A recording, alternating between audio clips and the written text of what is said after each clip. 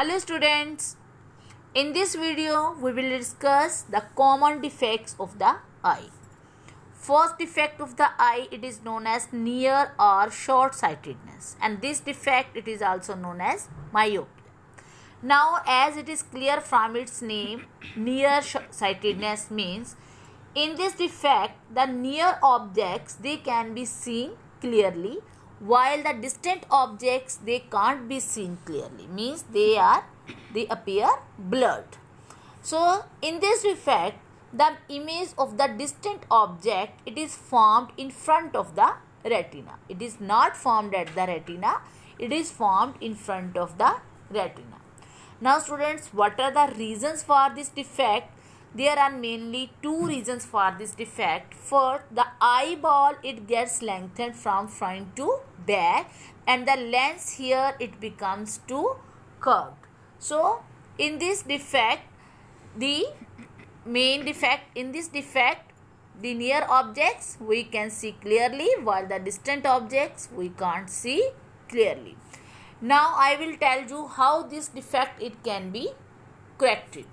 Now this defect it can be corrected by using a suitable concave lens, and this concave lens it is also known as the diverging lens, and this concave lens it causes the light rays to diverge before they strike the lens of the eye. Means here you can say, here the light rays they pass through this concave lens, and afterwards when they pass then they somewhat get diverged, and when they get diverged and after that it passes through our lens, and then they strike the retina, and then they meet at the retina, and then the image it is formed at the retina.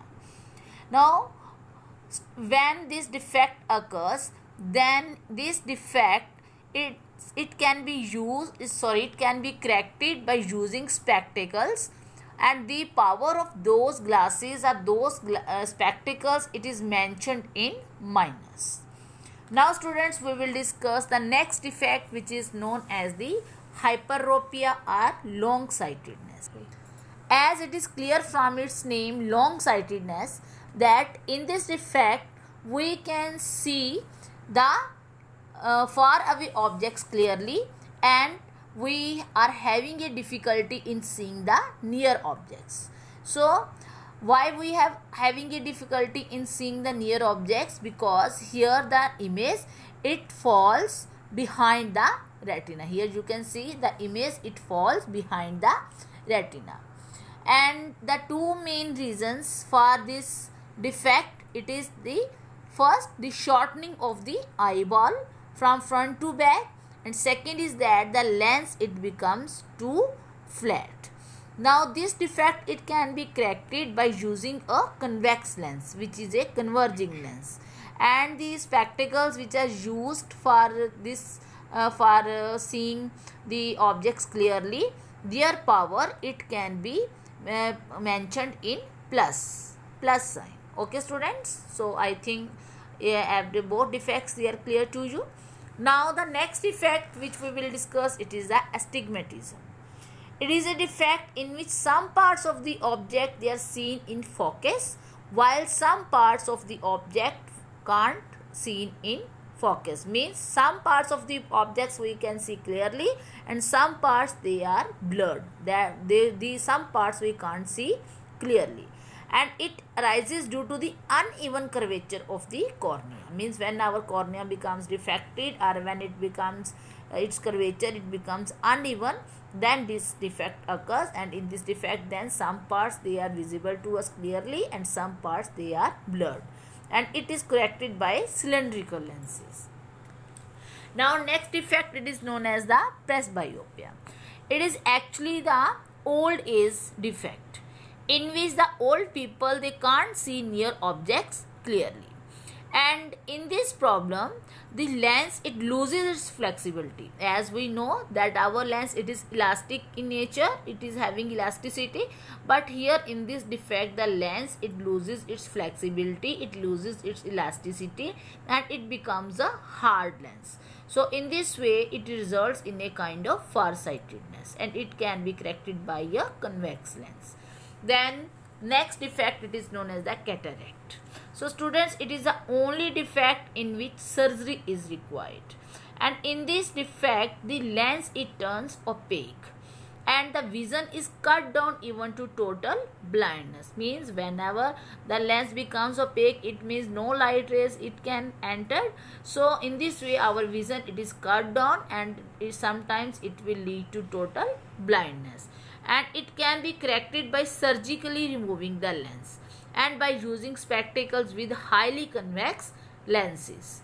But nowadays in the new techniques, a small plastic lens, it is also implanted behind or in front of the iris. Now our next defect, it is the night blindness. It is a condition in which a person, he feels difficulty in seeing in dim light, because at that time the rod cells, they work, but in the rod cells of the person who is having night blindness, the rhodopsin pigment, it will not form. So that's why his rod cells, they will not work, and the person, he is not able to see in the dark. This is usually due to the deficiency of vitamin A, and it is required for the synthesis of this pigment rhodopsin.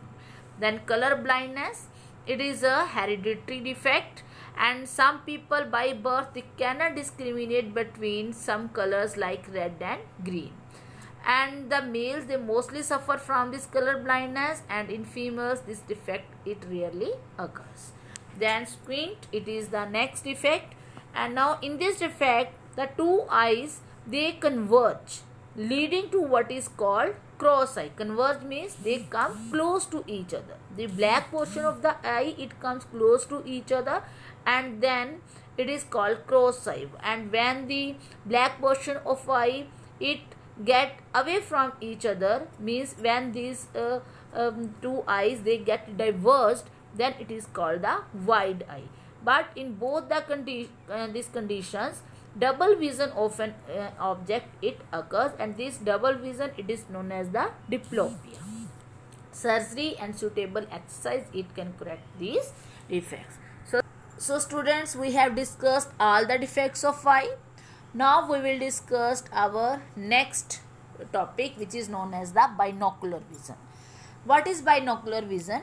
It is the simultaneous focusing of an object in both eyes and their images by a kind of overlapping in the brain. It gives a three-dimensional effect.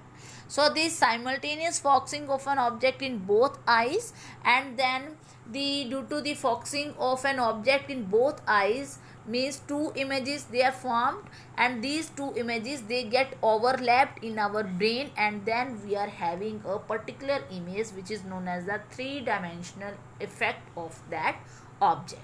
So it is known as the binocular vision. Now students, we will here we are having one activity, that if you see this, if you hold this pencil horizontally with its point facing inward at about arm's length, and firstly you have to close one eye and try to touch the point of the pencil with the point of another pencil in your other hand. Then starting from a position with the arm at the side of your body, you cannot do it speedily. Why? But with both the eyes you can do it speedily. So it is because that with one eye only there is no overlapping of the images, so you can't do that work speedily. But when the image, it is formed in your both eyes, then this image is get overlapped in the that one brain, and you will have a better image. So it is the binocular vision. Now students, we will discuss the next topic, which is known as after image. After image means, now suppose if you look at any bright object for a moment and then you close your eyes, then what will be here? Have you having any sensation of light before your eyes for a short period or not? Yes, of course, you are having. The sensation of light, of that bright light, if you see an bright object first and then if you close your eyes, then the sensation of that bright light, it persists for a short period. In the same way, if one looks at a brightly colored object and then looks at the dark surface, then again the image of that previously seen brightly colored object in it will persist. So it is known as the after image or persistence image. And this after image, it is the basis of the motion pictures. It is the principle on which the motion pictures they are based. It is the after image. Now in a movie, we people do you know that in a movie pictures, they are projected on a screen at the rate of about 24 pictures per second, but these 24 pictures per second, in 1 second whole one picture it is visible to us, and but we can't see all the individual frames of all the 24 pictures. All these pictures we can see only in one frame. So this lifelike continuous movement on the screen, it is an illusion. So in the same way, on the television or on the projector, the movie pictures, the motion pictures, they are shown, and the principle of these motion pictures, it is the after image. Now students, here we have discussed everything about the eye, and there is one activity. Here you can see that here is one spot. If you see at this spot at the center of the drawing and the left side for a half a minute or more, then look at the another spot which is in the center on the right side. What will you visualize? You will visualize a complete hand. So in this way, it is the experience of an after image. Here you can see that in the for somewhat the shape of a hand it is here, and if you see the same picture, then you can visualize a complete hand. So it is the effect of an after image. So students, it is all about the eye. Now we will discuss our next sense organ, that is the ear. Ear, what is the main function of ear? The main function of ear, it is hearing. But besides hearing, there is another main function or most important function of the ear, which is known as the body balance. Now our ear, it is mainly having three main parts. First one, it is called the outer ear, then middle ear and the inner ear. Now students, if we discuss the structure of the ear, then you will come to see that this is the outer part of the ear, which is known as the outer ear.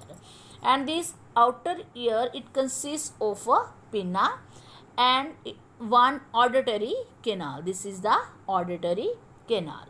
And this auditory canal, it leads to a eardrum. And this eardrum, it is also known as the tympanum. So it is about the outer ear. Now middle ear, this is the middle ear part.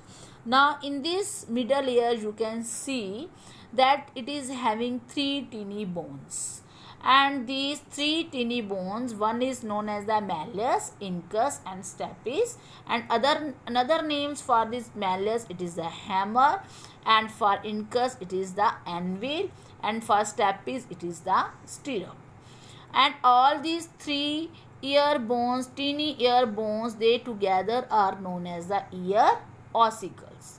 Now there is one eustachian tube also present, and these three teeny bones and one eustachian tube, it constitutes the middle ear. Now what is the main function of this eustachian tube? The main function of this eustachian tube, it is that it connects the cavity of the middle ear with the throat. Now you can see here that the handle of this hammer bone, this is the handle part, the handle of this hammer bone, it is attached to our eardrum, and the opposite end of this hammer bone, it is attached to the anvil, and further anvil, it is attached to the third bone, which is known as the stirrup bone. So the flat part of this stirrup, then it rests on a part which is known as the oval window. And this oval window, it is a membrane covering opening leading to the inner ear. Now there is one more second opening, it is not shown here, which is not shown here, it is known as the round window. And this round window, it connects the middle ear with the inner ear. Now students, in this diagram you can see those round window and oval window. Here you can see that this is the hammer. It is attached to the tympanum. This is the handle of the hammer, it is attached to this eardrum. Opposite end, it is attached to anvil. It is further attached to the third bone, which is called the stirrup. Then it rests on a membrane which is known as the oval window. And further there is one more opening which is known as the round window. And this round window, it is covered by a thin membrane. And the main function of this round window, it is to connect the middle and the inner ear. So it is all about the middle ear. Now we are having the third part, which is called the inner ear. Now this inner ear, it is known as the membranous labyrinth. The inner ear, it is known as the membranous labyrinth. And this inner ear, it mainly consists of two parts. One is known as the cochlea, second one is known as the semicircular canals. Now this cochlea, as you see that this cochlea, it is a spiral shaped body and it looks like a snail shell, and it is having 2.5 turns. Here in this diagram students, you can see clearly that it is having 2.5 turns. This is the first turn, then second turn, and then it is the half turn, means 2.5 turns are here. Then the inner surface of this cochlea, it is divided into three parallel canals, and these three parallel canals, they are separated by membranes. Here you can see there are three parallel canals. First one is called vestibular canal, second one is called medial canal, third one is called tympanal canal. Now this medial canal, it is also known as the cochlear canal. And this medial canal, it is filled with the fluid which is known as the endolymph. And the other two canals, they are filled with the fluid which is known as the perilymph. Now this medial canal, here you can see clearly that these are the three parts: vestibular, medial, and third one is called the tympanal canal. Now you can see that in the medial canal, it is filled with the fluid which is called the endolymph. It contains some areas where the sensory cells, they are present, and these sensory cells, they are known as the organ of Corti. And these sensory cells or organ of Corti, they are responsible for our hearing. Now the nerve fibers, they arise from these sensory cells, and all these nerve fibers, they bundle together and form the auditory canal, and then leave the ear in the form of auditory nerve and then reach to the brain. Now these sensory cells, all these sensory cells, they lies on a membrane which is known as the basilar membrane. Now other part of the ear, inner ear, it is the semicircular canals. Now these semicircular canals, the other part of inner ear, it is the semicircular canals. Now these semicircular canals, it is a set of three canals. It is a set of three canals, and all these canals, they are arranged at right angle to each other in different planes, so that one is horizontal and the other two, they are vertical. Now one end of each canal, you can see here that one end of each canal, it is somewhat expanded, and this expanded portion of each canal, it is known as the ampulla. And this ampulla, they contain the sensory cells, and these sensory cells, they are responsible for dynamic balance of the body. Dynamic balance means when our body, it is in motion and we are moving from one place to another place, but we will not fall down. So this this balance of body, it is maintained by these sensory cells which are present in semicircular canal. So this type of balance of body, it is known as the dynamic balance. And all these nerve fibers, they then originate from these sensory cells. When the sensory cells, they get stimulated, then the nerve fibers and nerve impulses, they will arise from here, and then they get bundled together in the form of auditory nerve, and then they leave the ear and reach to the brain part of our body.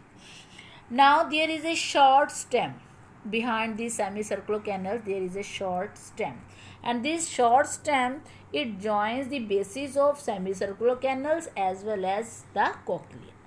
And this short stem, it again shows two regions. One is known as the articulus, and second one, it is known as the sacculus. One is called the articulus, second one is called sacculus. And these two parts, they are responsible for the static balance of body. Static balance of body means the main balance of body when we are in stationary state, means when we are standing and when there is no movement in our body. So it is all about the different parts of our ear. Now students, we will study the function of the ear. Now internal ear, it is involved in two sensory functions. I have already told. One is called hearing, another one is called body balance. Now how do we hear? Now students, you can see that the pinna, it collects the sound waves and conducts them through the external auditory canal. Now here in this diagram, you can see that this is the pinna part. This pinna part, it receives the sound waves from the outside environment, and then these sound waves, then they are passed through our external auditory canal. And then these sound waves, when they pass through this auditory canal, then this auditory canal, it is attached to our tympanum. Then it means these sound waves, they strike on the tympanum, and when they strike on the tympanum or eardrum, then our eardrum, it gets vibrating, means it gets shaking. So vibrations, they will occur in this tympanum part. And this main function of the eustachian tube, it is to equalize the pressure on both sides of the tympanum, so that the eardrum, it can vibrate freely. Now the vibrating eardrum, it sets the three ossicles into vibration, because with this eardrum, three ossicles, they are attached with one another. So with the vibrations of eardrum, the vibrations, they will reach to these three ossicles, and these three bones, they also starts vibrating. Now vibration of the last ossicle, which is the stirrup, then it is then this stirrup, it transmits the vibration to the membrane of the oval window. Here you can see clearly that the vibrations of the last bone stirrup, then it vibrates our oval window, and the vibration of the oval window, then it sets the fluid which is contained in cochlear region, because this oval window, it attaches the middle ear to the round window also. It attaches the middle ear to the inner ear. So these vibrations, they will reach to our cochlear region. So students, here you can see it is the cochlear region. Here you can see clearly that vibrations, they are creating, then this is a tympanum, it sets into vibration, and then the vibrations, they will pass to the three bones, and then these three bones, they pass these vibrations to the cochlear region. Now vibrating, now in the cochlear region, we have already studied that two types of fluid it is present. So the vibrations, when they pass to the cochlear region, then the fluid in the cochlea, it starts vibrating, and when the fluid, it starts vibrating, then it stimulates the hair-like processes of the sensory cells of the cochlea, and then the impulses, they are transmitted to the brain via auditory nerve. So then our brain, it interprets this auditory nerve in the form of sound, and then we are able to listen sound. So in this way, we are able to listen sound. Now different areas of the cochlear canal, they are suited to sounds of different pitches, means There are different areas. Now there are different areas of the cochlear canal, and these different areas of the cochlear canal, they are suited to sounds of different pitches. So most of these sounds we hear, they are actually the combinations of different pitches. Now students, we cannot pick up vibrations of all frequencies. We can listen only the vibrations are only the sound of 20 to 20,000 hertz frequency, but most probably we can listen the frequencies between 1000 and 4000 hertz. The dogs, they can perceive sounds of even higher frequencies. So it is all about the hearing power. Now the second function of the ear, it is the balancing. Balancing means as our head, it is turned in different directions, so the fluid which is present in the semicircular canal, it is also shaken. So when this fluid, it gets shaken in the canal, then it stimulates our sensory cells, and when the sensory cells, they are stimulated, then they send the nerve impulse to the auditory through the nerve fibers, and then all these nerve impulses in the form of nerve fibers, when they get bundled, then in the form of auditory nerve, these nerves, they reach to the brain part, and then the sensory cells in the semicircular canals, they are concerned with dynamic equilibrium. Dynamic equilibrium means when our body, it is in motion, the balance of body when it is in motion. Then similar sensory patches, they are also located in the articulars and circulars, and these are concerned with the static balance of body. So in this way our body balance, it is maintained. So it is all about the second function of ear, that is balancing. So students, with it our chapter is finished. I hope you all have understood well. So okay, thank you.